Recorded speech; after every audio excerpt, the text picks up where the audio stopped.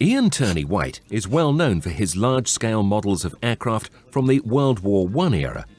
We asked him to tell us about his superb Bristol Bulldog.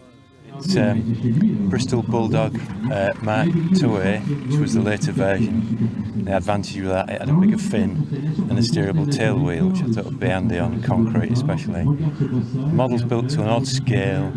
I think it's 47.25%, and the scale was partly dictated by the size that fitted my van to transport it. And it seemed about the right size for the engine. It's powered by a JPX 425cc microlight twin petrol engine, and it turns 44-inch by 13-inch propeller. The full-size aircraft is built quite cleverly. It's high tensile steel strip that's rolled and shaped into round sections and dumbbell-shaped sections for the wing spars and things like that. And it was sort of one of the early all-metal aircraft. The model has got the structure in the same place, but I've obviously used wood for quite a big proportion of it. It weighs 171 pounds, but it's got quite a big wing area. It's about 68 square feet of wing area. So it's got the wing loading is 2.5 pounds a square foot, which is quite reasonable, really.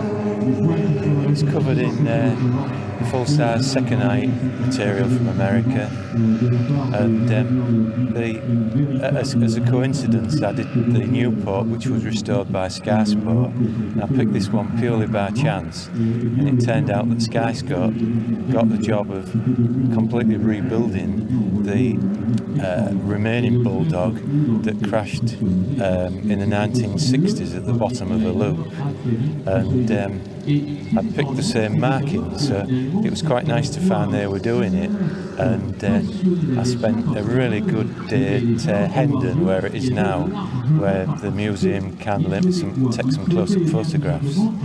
It's actually covered in some of the aluminium dope that was left over from the full-size restoration. So if anybody says the covering's not authentic, they may be wrong.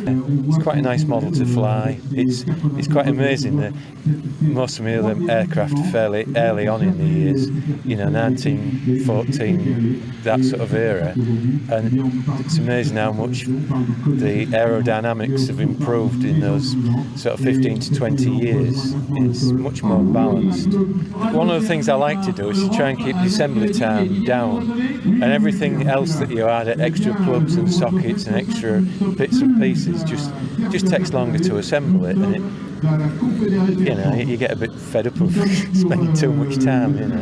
The rigging wires should actually be flat bracing wires, but I used round because it makes it again easier to disassemble. The wires are permanently fitted and they're left on there, and it's a case of unfastening them from the struts, and they're just temporarily fitted against there with some cushioning material, and I can assemble the full model in less than a quarter of an hour, quite easily, and I find that quite an advantage. It's maybe a compromise, but one that I think's reasonable.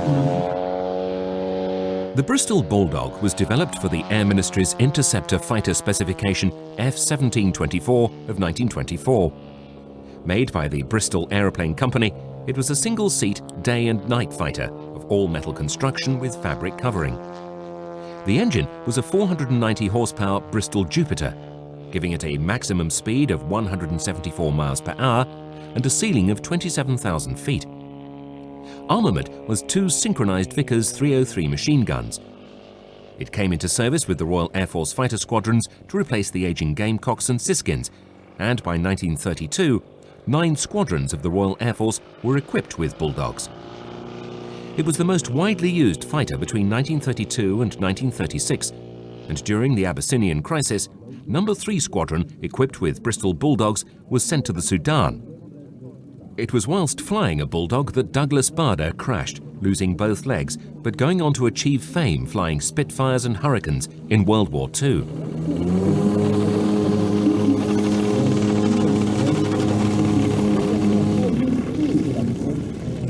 C'est joli.